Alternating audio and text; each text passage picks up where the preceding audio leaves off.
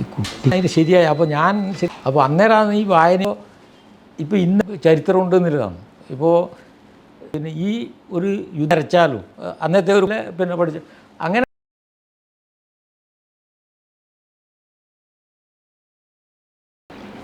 ഈ കുട്ടി അതിന് ശരിയായി. അപ്പോൾ ഞാൻ അപ്പോൾ അന്നേരമാണ് ഈ വായന ഇപ്പോൾ ഇന്ന് ചരിത്രം ഉണ്ടെന്നുള്ളതാണ്. ഇപ്പോൾ പിന്നെ ഈ ഒരു യുദ്ധം വരച്ചാലും അന്നത്തെ ഒരു പിന്നെ പഠിച്ചു അങ്ങനെ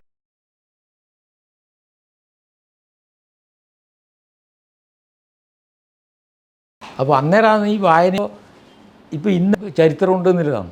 ഇപ്പോൾ പിന്നെ ഈ ഒരു യുദ്ധം വരച്ചാലും അന്നത്തെ ഒരു പിന്നെ പഠിച്ചു അങ്ങനെ അപ്പോൾ അന്നേരമാണ് ഈ വായന ഇപ്പോൾ ഇന്ന് ചരിത്രം ഉണ്ടെന്നുള്ളതാണ്. ഇപ്പോൾ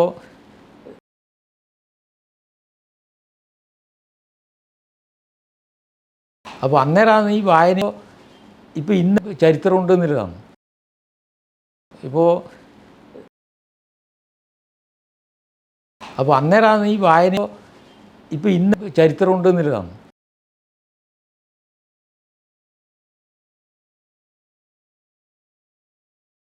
ഇപ്പോൾ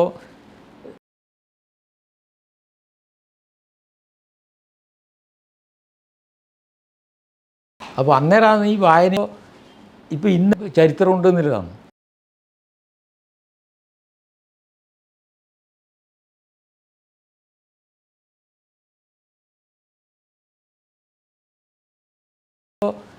ഇപ്പോൾ ഇന്ന് ചരിത്രം ഉണ്ടെന്നുള്ളതാണ്.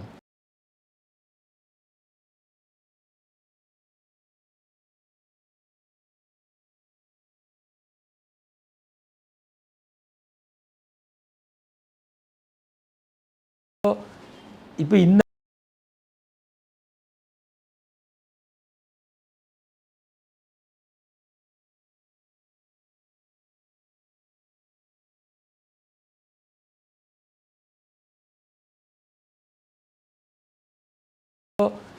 ഇപ്പോൾ ഇന്ന്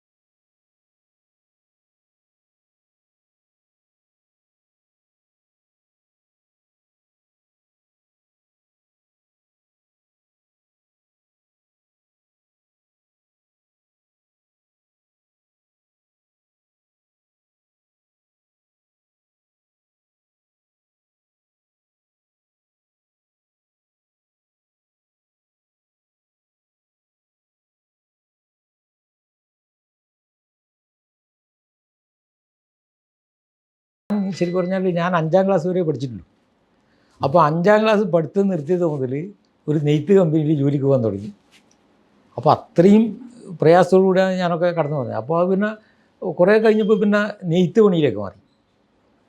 ആ നെയ്ത്ത് പണി തുടങ്ങിയതിന് ശേഷമാണ് നമ്മൾ ഈ വായനശാലയായിട്ടൊക്കെയുള്ള ബന്ധം വരുന്നത്. അന്ന് ഈ അപ്പോൾ അന്നേരം നടികളെയൊക്കെ കിട്ടാനുള്ള പാട്. അത് നടികളെ കിട്ടിയാൽ തന്നെ ആ പിന്നെ റിഹേഴ്സലൊക്കെ കഴിഞ്ഞ് അവരെ ഒരു സുരക്ഷിതമായ സ്ഥലത്ത് എത്തിക്കുക എന്നുള്ളത് ഒരു ഭാരിച്ച ഒരു ഉത്തരവാദിത്തമാണ്. ഇപ്പോൾ ഇന്നലെ നമ്മളിപ്പോൾ നിങ്ങളെല്ലാം കേട്ടിട്ടുണ്ടാവും, പാടിക്കുന്ന്, മുനിയംകുന്ന്, കാവുമ്പായി, പിന്നെ കരിവള്ളൂർ, ഇതെല്ലാം ഇപ്പോൾ നിങ്ങൾ മോറാഴ, ഇതെല്ലാം ഒരു സ്ഥലത്തിൻ്റെ പേരാണെന്നാണ് ഇപ്പോൾ നിങ്ങൾ ധരിക്കുന്നുണ്ടാവും അല്ലേ? അപ്പോൾ ഇതിൻ്റെ എല്ലാം പിന്നിൽ ഒരു വലിയ പോരാട്ടത്തിൻ്റെ ചരിത്രമുണ്ട് എന്നുള്ളതാണ്. ഒരു യുദ്ധത്തോടു കൂടി നാട്ടിൽ ക്ഷാമം, പട്ടിണിയും ദാരിദ്ര്യവും, ക്ഷാമം വന്നു. അപ്പോൾ ഈ ക്ഷാമം മുതലെടുക്കാൻ വേണ്ടി ജമ്മിമാർ എന്താ ചെയ്ത്, ജമ്മിമാർ നെല്ലുകൾ പൂഴ്ത്തി വെച്ചു. അന്ന് റേഷനില്ല. റേഷൻ ഷാപ്പ് അതാ കേരളീയൻ്റെ മറ്റൊരു പാട്ടുണ്ട്, ഉരിയരി പോലും കിട്ടാനില്ല പൊന്നു കൊടുത്താലും, ഉദയാസ്തമയം പിന്നെ പീടിക മുമ്പിൽ നിന്ന് നരച്ചാലും. റേഷൻ ഷാപ്പിൽ അന്ന് പിന്നെ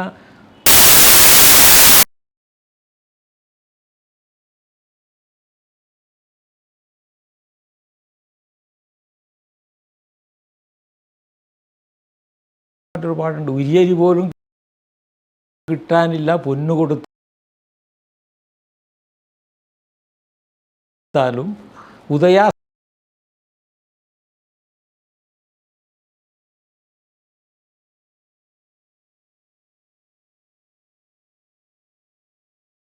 നരച്ചാലും. അന്നത്തെ ഒരു റേഷൻ ഷാപ്പിൽ അന്ന് പിന്നെ കുട്ടിക്കാലത്തൊന്നും എനിക്ക് അത്ര കൃത്യമായിട്ട് ഓർമ്മയില്ല, ഓർമ്മ നന്ന കുറവാണ്. കുട്ടിക്കാലം വെച്ചാൽ നമ്മളെ ഈ കുട്ടിക്കാലം എന്ന് പറഞ്ഞാൽ ഈ പട്ടിണിയും ദാരിദ്ര്യം എന്ന് പറഞ്ഞാൽ നിങ്ങൾക്കിപ്പോൾ മനസ്സിലാവുമെന്ന് നിങ്ങൾക്ക് പറയാനില്ല. അതിൻ്റെ ആ ശരിയായ എല്ലാ അർത്ഥത്തിലും കൂടി കടന്നു വന്ന ഒരു വ്യക്തിയാണ് ഞാൻ. കാരണം ഞാൻ 45-ലാണ് എൻ്റെ ജനനം. അപ്പോൾ അന്ന് വെച്ചാൽ ആ പട്ടിണി എന്ന് പറഞ്ഞാൽ അതിന് ശരിയായ, അപ്പോൾ ഞാൻ ശരിക്കും പറഞ്ഞാൽ ഞാൻ 5ാം ക്ലാസ് വരെ പഠിച്ചിട്ടുള്ളൂ. അപ്പോൾ 5ാം ക്ലാസ് പഠിത്തം നിർത്തിയത് മുതൽ ഒരു നെയ്ത്ത് കമ്പനിയിൽ ജോലിക്ക് പോകാൻ തുടങ്ങി. അപ്പോൾ അത്രയും പ്രയാസത്തോടുകൂടിയാണ് ഞാനൊക്കെ കടന്നു വന്നത്. അപ്പോൾ അത് പിന്നെ കുറേ കഴിഞ്ഞപ്പോൾ പിന്നെ നെയ്ത്ത് പണിയിലേക്ക് മാറി. ആ നെയ്ത്ത് പണി തുടങ്ങിയതിന് ശേഷമാണ് നമ്മൾ ഈ വായനശാലയായിട്ടൊക്കെയുള്ള ബന്ധം വരുന്നത്. അപ്പോൾ അന്നേരമാണ് ഈ വായനയായിട്ട് നമ്മൾ കുറേ കൂടി ബന്ധപ്പെട്ട് വരുന്നത്. ഈ ആദ്യ സമയത്ത് വെച്ചാൽ നമ്മൾ ഈ വായന എന്ന് പറഞ്ഞാൽ ഇത്ര ഗൗരവത്തിലൊന്നും വായനയില്ലല്ലോ. നമ്മളൊരു നേരം കൂടാനിങ്ങനെ വായിക്കുന്നു. പിന്നെ അതുമാത്രമല്ല, അന്നിപ്പോൾ നിങ്ങളെ ഈ പിന്നെ ജനിച്ചതിന് ശേഷമുള്ള നാടല്ലല്ലോ നമ്മളെ കേരളം. അന്ന് കറണ്ടില്ല, നല്ലൊരു വഴിയില്ല, വാഹനമില്ല. അപ്പോൾ അതൊന്നും നിങ്ങളെപ്പോലത്തെ ചെറുപ്പക്കാർക്ക് സങ്കല്പിക്കാൻ കഴിയില്ല. അപ്പോൾ അങ്ങനെ നമ്മൾ അഥവാ പുസ്തകം എടുത്താൽ തന്നെ രാത്രി ഈ ചെമ്മിണി വിളക്കിൽ ഒരു പുൽപ്പായ ഉണ്ടാവുക, അതിൽ വിരിക്കാനും അതൊന്നും ഉണ്ടാകുന്നൊന്നുമില്ല, അതിൽ കമിഴ്ന്ന് കിടന്നിട്ട് നമ്മൾ വായിക്കുക. അപ്പോൾ അന്ന് ഈ വായിച്ചാൽ എന്താണെന്ന് വെച്ചാൽ ഞങ്ങൾ പരസ്പരം ഈ തൊഴിലെടുക്കുന്നിടയ്ക്ക് കൈമാറും. അപ്പോൾ ഓരോ പുസ്തകത്തിൻ്റെ കഥ ഇങ്ങനെ നമ്മൾ പറയും. അപ്പം ഞാനൊക്കെ ഈ വായന തുടങ്ങി ശരിക്കും പറഞ്ഞാൽ നമ്മൾ മുട്ടത്ത് വർക്കീൻ്റെ, കാനം ഈജേൻ്റെ, അപ്പോൾ അങ്ങനെയുള്ള പിന്നെ പുസ്തകങ്ങളാണ്. അതൊക്കെ ഒരു പിന്നെ വലിയ ഗൗരവമൊന്നും ഉള്ളതല്ല. പിന്നെ മുട്ടത്ത് വർക്കീൻ്റെ പിന്നെ എണപ്രാവ്, മറ്റേ ഒരു കുടയും കുഞ്ഞു പൊങ്ങളും, മറ്റേ ഇങ്ങനെയുള്ള ചെറിയ ചെറിയ പുസ്തകങ്ങളിങ്ങനെ. അപ്പോൾ കാനം ഈജേൻ്റെ. അപ്പോൾ അത് ആ വായന, അത്തരം പുസ്തകങ്ങൾ എടുത്തിട്ട് വായന, അത് കുറേ കഴിയുമ്പോൾ പിന്നെ നമുക്ക് അതിൻ്റെ ആ ഒരു നിരർത്ഥകത നമുക്ക് ബോധ്യമാകും. അതിൽ വലിയ സാഹിത്യകാര്യവും അതിൽ വലിയ പിന്നെ മറ്റ് പ്രധാന മൂല്യങ്ങളൊന്നും ഇല്ല എന്ന് നമുക്ക് അന്നേരം മനസ്സിലാകും. അപ്പോൾ പിന്നെ നമ്മൾ വായന പിന്നെ വലിയ വലിയ സാഹിത്യകാരന്മാരിലേക്ക് നമ്മൾ പിന്നെ MT പോലെയുള്ള പിന്നെ വിജയനെ പോലെയുള്ള അങ്ങനെയുള്ള ആളുകളുടെ പുസ്തകം നമുക്ക് വായിക്കാൻ. OV വിജയൻ്റെ എല്ലാം കുറച്ച് കടുകട്ടിയാണ്. അപ്പോൾ അത് നമുക്ക് അത്രത്തോളം ഉൾക്കൊള്ളാൻ വേണ്ടി കഴിയില്ല. എന്നാലും നമ്മൾ ആ ഒരു ഘട്ടം കഴിയുമ്പോൾ പിന്നെ നമ്മൾ വായനേൻ്റെ തലവും നമ്മൾ മാറുന്നുണ്ട്. പിന്നെ അന്നേരം എന്ന് പറഞ്ഞാൽ നമ്മൾ ഈ പറയുന്ന ഈ OV വിജയൻ്റെയും മറ്റേ വലിയ വലിയ സാഹിത്യകാരന്മാരുടെ പുസ്തകമൊന്നും അന്നൊന്നും അങ്ങനെ വായനശാലയിൽ ഉണ്ടാകാൻ സാധ്യത കുറവാണ്. ഞാൻ ആ പഴയ കാലത്ത് നിന്ന് എനിക്ക് അത്ര ഓർമ്മിക്കുന്നില്ല. പിന്നെ അന്ന് വെച്ചാൽ നമ്മൾ ഈ വീടുകളിൽ നിന്ന് ശേഖരിക്കുന്നതും മറ്റെങ്ങനെയല്ലേ പുസ്തകം.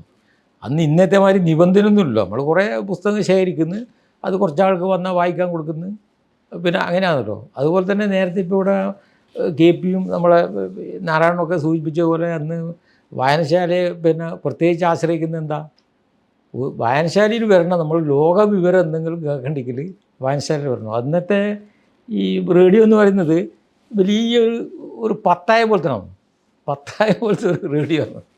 അപ്പോൾ അതിപ്പോൾ ഈ കുറച്ച് റേഡിയോ കേൾക്കാം, കുറച്ച് വാർത്തകൾ കേൾക്കാം. അപ്പോൾ അതിനല്ലേ ആളുകൾ വരുന്നത്. പിന്നെ നമുക്ക് ഒന്നിച്ചിരിക്കാനുള്ള ഒരു സ്ഥലം. നമുക്ക് അന്നത്തെ കാലം വെച്ചാൽ ഈ ജാതി വ്യവസ്ഥയൊക്കെ വല്ലാതെ നിലനിന്ന ഒരു കാലമല്ലേ. തൊട്ടുകൂടായ്മയും തീണ്ടിക്കൂടായ്മയും ഒക്കെ നിലനിന്ന ഒരു കാലം എന്ന് പറഞ്ഞാൽ അന്ന് ഓരോ സമുദായത്തിനും പിന്നെ മറ്റൊരാൾ ഇത്ര അടി ദൂരത്തെ നടന്നുകൊടും എന്നൊക്കെ നിബന്ധനയുള്ള ഒരു കാലമാണ്. അപ്പോൾ അന്നും എല്ലാവർക്കും ഒന്നിച്ചിരിക്കാൻ പറ്റിയ ഒരു പിന്നെ കേന്ദ്രം എന്ന് പറയുന്നത് നമ്മുടെ ഈ വായനശാല തന്നെയാണ്. അപ്പോൾ ആ വായനശാലയിൽ എന്ന് വെച്ചാൽ നമ്മൾ ഈ പൊതുവിൽ ഈ രാഷ്ട്രീയ കാര്യങ്ങൾ ഇപ്പോൾ അന്നിപ്പോൾ ഇപ്പോൾ എൻ്റെ ജനനം എന്ന് പറഞ്ഞാൽ 45 എന്ന് പറഞ്ഞാൽ അന്നിപ്പോൾ ഈ ഇന്ത്യൻ സ്വാതന്ത്ര്യ സമരവുമായിട്ടൊക്കെ ബന്ധപ്പെട്ടിട്ട് അന്ന് ഈ വായനശാലകൾ തന്നെയാണ് കുറേ നമ്മൾ ഈ രാഷ്ട്രീയ കാര്യങ്ങളൊക്കെ ചർച്ച ചെയ്യുന്ന. പിന്നെ ഈ വായനശാലയും പിന്നൊന്ന് ചായപ്പൊടിയും പിന്നെ ഒന്ന് ബാർബർ ഷോപ്പാണ്. ഇങ്ങനെ ഈ 3 സ്ഥലമാണ് ഇത്തരം കാര്യങ്ങളൊക്കെ ചർച്ച ചെയ്യുന്നൊരു വേദി എന്ന് പറയുന്നത്. പിന്നെ അതുപോലെ തന്നെ അന്ന് വെച്ചാൽ ഈ കൃഷിക്കാരൊക്കെ അനുഭവിച്ച പ്രയാസം എന്ന് പറഞ്ഞാൽ ചെറുതല്ല. അന്ന് പിന്നെ കൃഷി ചെയ്താൽ തന്നെ അന്ന് ഈ ജന്മിമാർ പിന്നെ വലിയ രീതിയിലല്ലേ ഇപ്പോൾ ഈ ഭാരം പാട്ടം പിരിവ് എന്ന് പറഞ്ഞാൽ അത് ഒരുപാട് പിന്നെ അക്രമ പിരിവുകൾ, വാശി, നുരി, മുക്കാൽ, വെച്ച് കാണൽ, ശീലക്കാശ് എന്നെല്ലാം പറഞ്ഞിട്ട് പല പേരിൽ പറഞ്ഞിട്ടുള്ള ഒരുപാട് അക്രമ പിരിവുകൾ. അങ്ങനെ അതിനൊക്കെ തരണം ചെയ്യാനാണല്ലോ ഈ കർഷക സംഘം എന്നുള്ള ആ ഒരു സംഘ രൂപീകരണം എന്നുള്ള ഒരു നമ്മളൊക്കെ മനസ്സിലേക്ക് വരുന്നത്.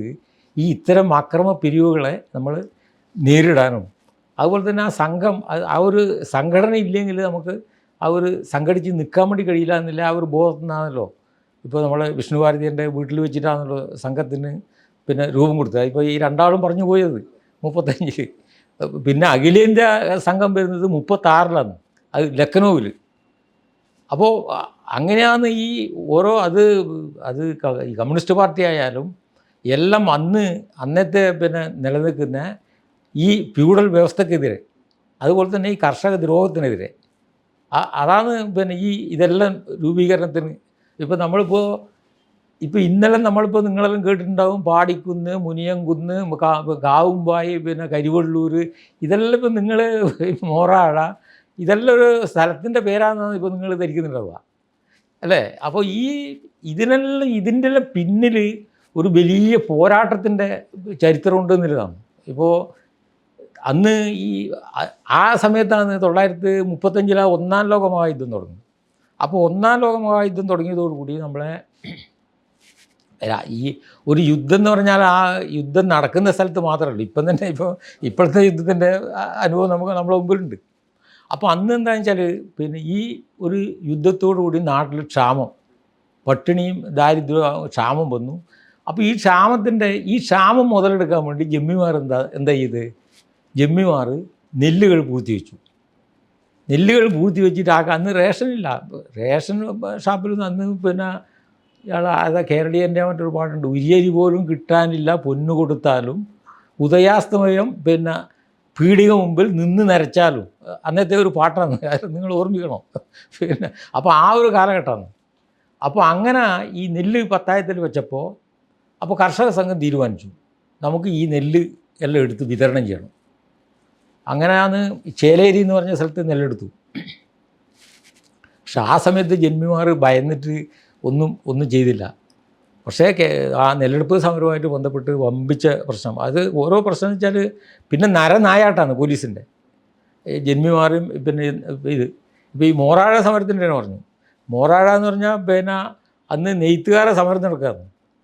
പിന്നെ അന്ന് ഈ സാമൂൽ ആറോൻ കോൺഗ്രസിൻ്റെ വലിയ നേതാവാണ്. ഈ സാമൂൽ ആറോൻ്റെ നേതൃത്വത്തിലാണ് അന്ന് ഇതിനൊക്കെ എതിരായിട്ടുള്ള പിന്നെ വലിയ ശക്തി അവരാണ്. അപ്പോൾ ആടെ പിന്നെ യോഗം വെച്ചു. ആ ആറോൺ മില്ലിൻ്റെ മുമ്പിൽ യോഗം വെച്ചു. മില്ലിൻ്റെ മുമ്പിൽ യോഗം വെച്ചപ്പോൾ ആ യോഗം നിരോധിച്ചു. തളിപ്പറമ്പിൽ പിന്നെ ഇയാൾ വന്ന് നിരോധിച്ചു. അപ്പോൾ നിരോധിച്ചപ്പോൾ കർഷക സംഘം ആലോചിച്ചു, നമുക്ക് അത് മോറാളിയിലേക്ക് മാറ്റാം. അങ്ങനെ ഈ മോറാളിയിലേക്ക് മാറ്റുക എന്ന് പറയുമ്പോൾ നിങ്ങൾ വിചാരിക്കും ഇപ്പം ബസ്സിനാണ് അവിടെ ഈ കർഷകർ പിന്നെ ഇവിടുന്ന് കല്യാശ്ശേരി നിന്ന് മോറാളിയിലേക്ക് പോകുന്നത്. കാൽനടയായിട്ടാണ് പോകേണ്ടത്. സഖാവ് അറാക്കൽ ഇടുന്ന് യാത നയിച്ചിട്ട് വന്നത് കാൽനടയായിട്ടാണ്. പിന്നെ അപ്പോൾ മോറാടിയിൽ പിന്നെ യോഗം നടത്താൻ തീരുമാനിച്ചു. യോഗം നടത്തും. കേരളീയരാണ് പിന്നെ അല്ല വിഷ്ണുഭാരതിനാണ് അധ്യക്ഷൻ. അപ്പോൾ അവിടെയും ഈ കുട്ടിക്കൃഷ്ണ എന്ന് പറഞ്ഞ പോലീസ് വന്നു. അപ്പോൾ യോഗം നടത്താൻ പറ്റില്ല എന്ന് പറഞ്ഞു, പിരിച്ചുവിടണമെന്ന് പറഞ്ഞു. അപ്പോൾ വിഷ്ണുഭാരതിയും പറഞ്ഞു, ഞാനാണ് യോഗത്തിൻ്റെ അധ്യക്ഷൻ, ഞാൻ തീരുമാനിക്കും, യോഗം കഴിഞ്ഞാൽ ഞാൻ പിരിച്ചുവിടും. അപ്പോൾ ഇയാൾ ലാത്തി ചാർജ് നടത്തി. ലാത്തി ചാർജ് നടത്തിയപ്പോൾ ആ അനിഷ്ട സംഭവം ഉണ്ടായി. അപ്പോൾ അല്ലാതെ പിന്നെ കർഷക സംഘമോ അല്ലെങ്കിൽ പിന്നെ പാർട്ടിയോ അങ്ങനെ അവിടെ ഒരു പ്രശ്നം ഉണ്ടാക്കണമെന്നോ അല്ലെങ്കിൽ അങ്ങനെ ഒരാളെ വധിക്കണമെന്നോ ഒന്നും ഒരു തീരുമാനം ഉണ്ടായിട്ടില്ല. വെറും കയ്യോടെ പോയതാണ്. വിശക്കുന്ന വയറും വെറും കയ്യുമായിട്ട് പോയതാണ്. അപ്പോൾ ആ സംഘർഷം ഉണ്ടായപ്പോൾ അവിടെ അനിഷ്ട സംഭവങ്ങൾ നടന്നു, 2 പേര് മരണപ്പെട്ടു. ആ ഈ കയ്യൂരും അങ്ങനെയാണ്. കയ്യൂർ പിന്നെ കരുവള്ളൂരിലെ പിന്നെ നെല്ലെടുപ്പുമായിട്ട് ബന്ധപ്പെട്ടൊരു പ്രശ്നമുണ്ട്. അത് പുറമെ കയ്യൂർ പ്രതിഷേധ ജാഥ വെച്ചു.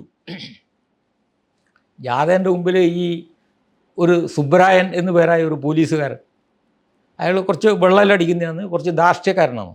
അപ്പോൾ ഒരു പ്രതിഷേധ ജാഥ ഇങ്ങനെ വരുമ്പോൾ ഇയാൾ അതിൻ്റെ മുമ്പ് പോയിട്ട് തടഞ്ഞപ്പോൾ അത് സ്വാഭാവികമായിട്ട് നമുക്കറിയാമല്ലോ, ഒരു വലിയ പ്രതിഷേധ ജന്മിത്വത്തിനെതിരായിട്ട് നടക്കുന്ന ഒരു സമരത്തിൻ്റെ ഭാഗമായിട്ട് നടക്കുന്ന ഒരു ജാഥയിലൊക്കെ ഏതെങ്കിലും ഒരു ഉദ്യോഗസ്ഥൻ ഒരു ധാർഷ്ട്യത്തോടു പോയി നിന്നാൽ ഉണ്ടാകുന്ന ഒരു സംഭവം നമുക്കറിയാമല്ലോ.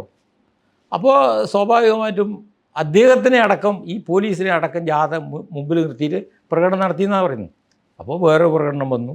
അപ്പോൾ ഒരു പുഴക്കരയെ കൊണ്ട് പിന്നെ ഇയാൾക്ക് രക്ഷയിലായിട്ട് എടുത്ത് തുള്ളിയിട്ട് ഇയാൾ വീണ് മരിച്ചതാണ് യഥാർത്ഥത്തിൽ സംഭവം. അങ്ങനെയാണ് ആ കയ്യൂരിൽ 4 സഖാക്കളെ തൂക്കിലിടുന്ന സംഭവം. അങ്ങനെ നാടിൻ്റെ നാനാഭാഗങ്ങളും ഈ കർഷക പോരാട്ടങ്ങൾ നടന്ന ഒരു കാലഘട്ടമാണ് ആ കാലഘട്ടം. അപ്പോൾ അതേപോലെ തന്നെ ഈ വായനശാലേൻ്റെ പ്രവർത്തനം. ഇപ്പോൾ നമ്മളെ മുല്ലക്കൊടി പ്രദേശത്ത് വായനശാല ഉണ്ടായതെന്ന് വെച്ചാൽ 1952-ലാണ്. അത് ഈ മുല്ലക്കൊടി വായനശാല തുടങ്ങുന്നത് ശരിക്കും പറഞ്ഞാൽ മുല്ലക്കൊടിയല്ല, അരിമ്പറ എന്ന് പറഞ്ഞ സ്ഥലത്താണ് ഈ വായനശാല തുടങ്ങുന്നത്. ഒരു ചാത്തോത്ത് കണ്ണൻ നമ്പ്യാർ എന്ന് പറഞ്ഞാൽ അയാളെ പീഡിയൻ്റെ മേലെയാണ് ആദ്യത്തെ തുടക്കം. അങ്ങനെ അത് 52-ൽ തുടങ്ങി. പിന്നെ ഏതാണ്ട് ഒരു 56-57 കൂടി അത് മുല്ലക്കൊടിയിലേക്ക് തന്നെ മാറ്റി. മുല്ലക്കൊടി നൻശ്ശേരി കടവിൻ്റെ അടുത്ത് പിന്നെ നമ്മുടെ RP അബ്ദുറഹ്മാൻ എന്ന് പറയുന്നത് അയാളൊരു കമ്മ്യൂണിസ്റ്റ് അനുഭാവിയായിരുന്നു. കമ്മ്യൂണിസ്റ്റ് അനുഭാവി എന്ന് പറഞ്ഞാൽ അയാൾക്ക് AKG ആയിട്ട് ഉള്ള ഒരു അഗാധമായിട്ടുള്ള ബന്ധമുള്ള ഒരു വ്യക്തിയായിരുന്നു അയാൾ. അപ്പോൾ അങ്ങനെയാണ് അയാൾ ആ ഒരു കമ്മ്യൂണിസ്റ്റ് അനുഭവത്തിലേക്ക് വരുന്നത്. അപ്പോൾ അദ്ദേഹത്തിൻ്റെ പിന്നെ കെട്ടിടത്തിലാണ് പിന്നെ വായനശാല പ്രവർത്തനം. അത് അദ്ദേഹം സൗജന്യമായിട്ടാണ് ആ വായനശാല പ്രവർത്തിക്കാൻ വേണ്ടി നമുക്ക് വിട്ടു തന്നത്. അങ്ങനെ അതിൽ പിന്നെ 56-ൽ വായനശാല അവിടെ പിന്നെ സ്ഥാപിച്ചു. 57-കൂടി നവോദയ കലാസമിതി ആരംഭിക്കുന്നു. കലാസമിതിൻ്റെ ആരംഭത്തോടു കൂടി തന്നെ നവോദയ കലാസമിതി മ്യൂസിക് ക്ലബ്ബും തുടങ്ങുന്നു. ഈ മ്യൂസിക് ക്ലബിൻ്റെ അതിൻ്റെ പിന്നെ നെടുനായകത്വം വഹിച്ചത് പാറയത്ത് കരുണാകരൻ മാസ്റ്റർ എന്ന് പറഞ്ഞ ഒരു മാഷാണ്. അപ്പോൾ അത് ഇവരൊന്നും ശാസ്ത്രീയമായിട്ട് ഈ പിന്നെ സംഗീത ഉപകരണങ്ങൾ കൈകാര്യം ചെയ്യാനോ അല്ലെങ്കിൽ ഈ ഗാനം ആലപിക്കാനൊന്നും പഠിച്ചവരൊന്നുമല്ല. അങ്ങനെ നമ്മൾ സ്വാഭാവികമായിട്ടുള്ള പിന്നെ പഠിച്ച അങ്ങനെ ഈ മുല്ലക്കൊടി ഈ നവോദയ കലാസമിതിയും ഈ മ്യൂസിക് പിന്നെ സെറ്റും ഒക്കെ നമ്മുടെ സമീപ പ്രദേശങ്ങളിലൊക്കെ ഈ ഹാർമോണിയവും തബലയും ഇതൊക്കെ തലച്ചുകൂടായിട്ട് മൈലുകളോളം നടന്നുകൊണ്ട് ഒരു പരിപാടി നടത്തിയിട്ടുണ്ട്. അതുപോലെ തന്നെ അന്ന് മുല്ലക്കൊടി നവോദയ കലാസമിതിക്കുള്ള ഈ ഒരു ഫ്രണ്ട് കർട്ടൻ എന്ന് പറയുന്നത് അത് ശരിക്കും പറഞ്ഞാൽ നമ്മളെ KPSCൻ്റെ ഒക്കെ ഫ്രണ്ട് കർട്ടനെ വെല്ലുന്ന കർട്ടനായിരുന്നു. അത് പല സ്ഥലത്തും നമ്മൾ വാടക കൊണ്ടുവരുന്നുണ്ട്. ആ ഫ്രണ്ട് കർട്ടൻ അത് ഡിസൈൻ ചെയ്തത് ആരാന്ന് വെച്ചാൽ നമ്മൾ അന്തരിച്ച ഒരു KP പണിക്കർ എന്ന് പറഞ്ഞ ഒരു വ്യക്തിയായിരുന്നു. അയാളാണ് അത് ഡിസൈൻ ചെയ്തത്. അത് ഇന്നും നമുക്ക് അഭിമാനത്തോടു കൂടി തലയുയർത്തി പറയാൻ വേണ്ടി പറ്റുന്നത് ആ കർട്ടനും കാര്യമൊക്കെ. അന്നത്തെ ആ നാടകത്തിൻ്റെയും അന്നത്തെ ആ റിഹേഴ്സലിൻ്റെയും പിന്നെ ഇതെല്ലാം സംഭവം കൂടെ എൻ്റെ നേരത്തെ പോയ 2 പേരും കൂടെ പിന്നെ പറഞ്ഞിട്ടുണ്ട്. അതുകൊണ്ട് അത് തന്നെ ഞാൻ ആവർത്തിച്ച് സമയം കളയുന്നില്ല. കാരണം അന്ന് ഈ ഒരു നടികളെയൊക്കെ കിട്ടാനുള്ള പാട്, അത് നടികളെ കിട്ടിയാൽ തന്നെ ആ പിന്നെ റിഹേഴ്സലൊക്കെ കഴിഞ്ഞ് അവരെ ഒരു സുരക്ഷിതമായ സ്ഥലത്ത് എത്തിക്കുക എന്നുള്ളത് ഒരു ഭാരിച്ച ഒരു ഉത്തരവാദിത്തം. അപ്പോൾ അതുകൊണ്ട് അന്ന് ഒരു വിഭാഗം ആളുകൾ പുരുഷന്മാർ തന്നെയാണ് നമ്മളവിടെയൊക്കെ പി പത്മനാഭൻ പിന്നെ എന്ന് പറഞ്ഞ് അതുപോലെ തന്നെ ദാമോദരൻ മാഷ് ഇവരെ പോലെയുള്ള ദാമോദരൻ മാഷൊക്കെ അന്തരിച്ചു പോയി. അപ്പോൾ അങ്ങനെ അതുപോലെ തന്നെ അതിന് ഈ സംവിധാനം അന്ന് നിർവഹിച്ചത് നമ്മുടെ സി കൃഷ്ണൻ മാഷായിരുന്നു. അദ്ദേഹവും മരിച്ചു. ആ സി കൃഷ്ണൻ മാഷ് ഒരു ഘട്ടത്തിൽ പിന്നെ ഒരു നടൻ പിന്നെ എന്തോ അസുഖം വന്നിട്ട് ഇല്ലായിട്ട് ആ വേഷവും കൂടി അദ്ദേഹം നിർവഹിച്ചതായിട്ട് നമുക്ക് പത്രത്തിൽ കാണാൻ വേണ്ടി കഴിയും. അതുപോലെ തന്നെ ഇത് ഈ ഓരോരുത്തരെ പേര് പറഞ്ഞാൽ ഒരുപാട് പറയാനുണ്ടാവും. പക്ഷേ അതിലേക്കൊന്നും ഞാൻ പോകുന്നില്ല. ഈ ആ തുടക്കത്തിൽ നമ്മൾ KCR മാസ്റ്ററും പിന്നെ ഒരു VB കുബേരൻ നമ്പൂതിരി മാഷുമായിരുന്നു ഇതിൻ്റെ സെക്രട്ടറി പ്രസിഡൻറ്റ്. പിന്നെ ഇങ്ങോട്ട് മാറ്റിയപ്പോൾ നമ്മൾ KCR മാസ്റ്റർ പ്രസിഡൻറ്റ്, P ബാലൻ പ്രസിഡൻറ്റ്. അപ്പോൾ P ബാലനിപ്പോൾ അസുഖമായിട്ട് കുറേ ആയിട്ട് രംഗത്തില്ല. എങ്കിലും വായനശാലയുടെ അടുത്ത് തന്നെയാണ് വീട്. അപ്പോൾ വായനശാല പിന്നെ ഒരു 86-88 പിന്നെ കല്ലൂരി കുടുംബക്കാർ, നമ്മൾ ആ വായനശാലയ്ക്ക് സമീപമുള്ള കല്ലൂരി കുടുംബക്കാർ നമുക്കൊരു 3 സെൻറ്റ് അവർ സൗജന്യമായിട്ട് തന്നു. ആ സൗജന്യമായിട്ട് തന്ന കെട്ടിടത്തിൽ ഇന്ന് കാണുന്ന വായനശാല കെട്ടിടം അവിടെ ഉയർന്നു വന്നു. അപ്പോൾ അതോടുകൂടി വായനശാല ഉയർന്നു വന്നതോടുകൂടി തന്നെ അതിൻ്റെ നമ്മുടെ പ്രവർത്തനവും വളരെ സജീവമായപ്പോൾ നേരത്തെ പറഞ്ഞ പോലെ വായനശാല വനിതാവേദി, ബാലവേദി, വയോജനവേദി, വനിതാവേദി, സ്പോർട്സ് ക്ലബ്ബ്, ഫിലിം ക്ലബ്ബ്, പിന്നെ എന്ന് വേണ്ട പിന്നെ വിവിധ ടൂർണമെൻറ്റുകൾ, അങ്ങനെയൊക്കെ നിരന്തരം പിന്നെ നടക്കുന്ന ഒരു സ്ഥലമായിരുന്നു. അതുപോലെ തന്നെ ഈ കണ്ണൂർ ഗവൺമെൻറ് പോളിടെക്നിക്കിൻ്റെ ഒരു എക്സ്റ്റൻഷൻ സെൻറ്റർ. അപ്പോൾ അതിൽ നിരവധി കോഴ്സുകൾ ഈ വനിതകൾക്ക്, പിന്നെ ഈ എംബ്രോയിഡറി ഉൾപ്പെടെയുള്ള, അതുപോലെ തന്നെ പിന്നെ ഈ പ്രേരക്ക് ഇത് എന്താ പറയുക, തുടർ വിദ്യാകേന്ദ്രം, മറവി വല്ലാതുണ്ട്, തുടർ വിദ്യാകേന്ദ്രം, അതിൻ്റെ ഒരു പ്രേരക്ക്, ഒരു പിന്നെ അവരെ ഞാൻ പേര് വിട്ടുപോയി കേട്ടോ. അങ്ങനെയൊക്കെ വളരെ നല്ല നിലയിൽ നീന്തൽ പരിശീലനം, രക്ത ഗ്രൂപ്പ് നിർണയ ക്യാമ്പ്. ഈ രക്ത ഗ്രൂപ്പ് നിർണയം എന്ന് പറഞ്ഞാൽ ഇന്നിപ്പോൾ നമുക്ക് തമാശയായിട്ട് തോന്നും. പക്ഷേ അന്ന് രക്തനിർണയ ഗ്രൂപ്പ് എന്നൊക്കെ പറഞ്ഞാൽ വളരെ പ്രധാനപ്പെട്ടതാണ്. അപ്പോൾ ആ ഗ്രൂപ്പ് നിർണയം വന്നതോടുകൂടി രക്തദാന സേന, ചെറുപ്പക്കാരെ നേതൃത്വത്തിൽ രക്തദാന സേന, അങ്ങനെ വിവിധ പരിപാടികളായിട്ട് അങ്ങനെ പിന്നെ വായനശാല അങ്ങനെ മുമ്പോട്ട് പോകും. വായനശാലയ്ക്ക് ഇപ്പോൾ നിലവിലിപ്പോൾ ഒരു 14,000 പുസ്തകമുണ്ട് വായനശാലക്ക്. അപ്പോൾ ഇത് പുസ്തകം ഇപ്പോൾ വെച്ചാൽ നേരത്തെ ഇപ്പോൾ ആളുകൾ വായനശാലയിൽ വന്നിട്ട് എടുക്കൽ കുറവാണ്. ഇപ്പോൾ നമ്മൾ കാരണം വെച്ചാൽ അത് പൊതുവിൽ എല്ലാ വായനശാലക്കും ബാധകമാണ്. നേരത്തെ പിന്നെ കുട്ടികളൊക്കെ ഇഷ്ടം പോലെ വരും വായനശാലയിൽ പുസ്തകങ്ങൾ എടുക്കാൻ. പക്ഷേ ഇന്നിപ്പോൾ കുട്ടികളെ വരവ് പൊതുവിൽ കുറവാണ്, മറ്റുള്ള ആളുകളും കുറവാണ്. പക്ഷേ നമ്മൾ ഈ വായനശാലയിൽ ആളുകൾ വരുന്നില്ല എന്നുള്ളത് കൊണ്ട് വായന ഒരിക്കലും കുറഞ്ഞിട്ടില്ല എന്ന് പറഞ്ഞാൽ നമുക്ക് ഉദാഹരണത്തിന് നോക്കിയാൽ പ്രസിദ്ധീകരണങ്ങൾ ഓരോ വർഷവും ഇങ്ങനെ പ്രസിദ്ധീകരണങ്ങൾ വർദ്ധിച്ചുകൊണ്ടേയിരിക്കുമായിരുന്നു. അതുപോലെ തന്നെ പുതിയ എഴുത്തുകാർ എത്രയോ പിന്നെ ഇപ്പോൾ പുതുതായിട്ട് വന്നിട്ടുണ്ട്. അപ്പോൾ അത് വായന പോകുന്നില്ല. പക്ഷേ നമ്മൾ ഈ ആധുനിക സംവിധാനമുള്ള കാലത്തോളം ഇപ്പോൾ നമുക്ക് ഇന്നിപ്പോൾ എല്ലാം ഈ പിന്നെ ഉള്ളം കയ്യിൽ ഉള്ള ഇതിൽ കിട്ടുമല്ലോ. അപ്പോൾ അതുകൊണ്ട് പക്ഷേ ഈ ഉപ്പോളം വരുമോ ഉപ്പിലിട്ടതെന്നുള്ളൊരു ചൊല്ലുണ്ടല്ലോ, അതുപോലെ നമ്മൾ ഈ പുസ്തകം നേരിട്ട് വായിക്കുന്ന ആ ഒരു സുഖം നമുക്ക് അതിൽ എന്തായാലും കിട്ടില്ല.